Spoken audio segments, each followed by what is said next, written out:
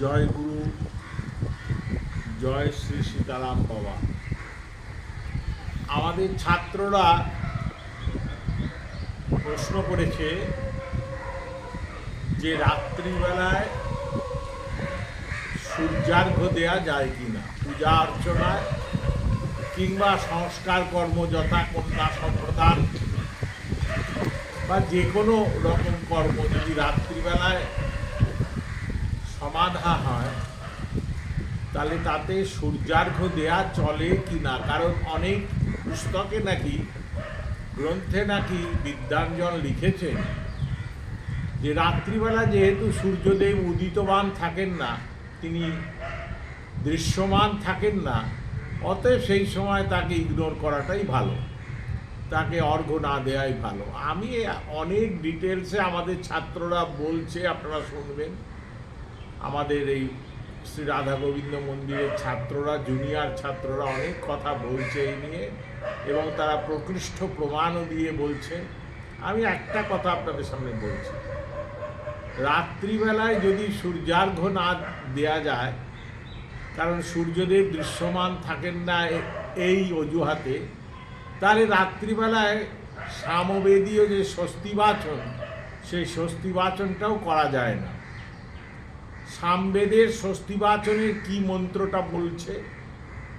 ওম সোমম রাজানম বরুণম অগ্নিমন্যারভামহে আদিত্যম বিষ্ণুম সূর্যম ব্রহ্মাণং চ বৃহস্পতিম।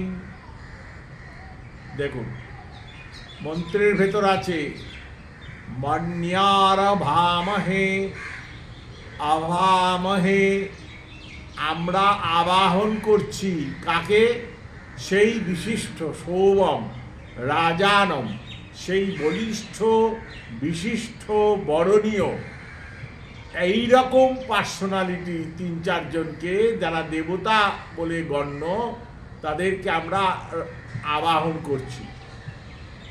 কাদের কাদের আবাহন করছি না? আদিত্যম বিষ্ণু সূর্যম ব্রহ্মাণঞ্চ বৃহস্পতিম। দেখুন, আদিত্যও কথা এসছে, আবার সূর্য একটা অটোনোমাস পদ এসছে স্বতন্ত্রভাবে। তাহলে যদি আদিত্য, বিষ্ণু, সূর্য এনাদেরকে রাত্রিরে স্বস্তিবাচন করার মাধ্যমে মন্যারভামহে আবাহন করা যায়, তাহলে তাদের পূজা বা অর্ঘ্য কেন দেওয়া যায় না? এই কথা থেকে স্পষ্ট প্রতীয়মান হয় বুদ্ধি যস্য তিষ্ঠতি বাল্যে, যাদের বুদ্ধি এখনো সেই বাল্যক অবস্থায় রয়ে গেছে, তারাই এই ধরনের অপপ্রচার করে থাকে।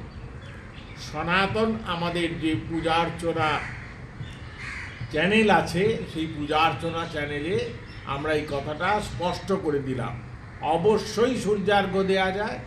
আমাদের জুনিয়র ছাত্ররা শুনবেন, তারা আলাদা করে পৃথকভাবে পোস্ট করছেন, আর আমি এই একটা আপনাদের সামনে একটা মাত্র প্রমাণ স্থাপন করলাম। জয় গুরু, জয় বাবা সীতারাম।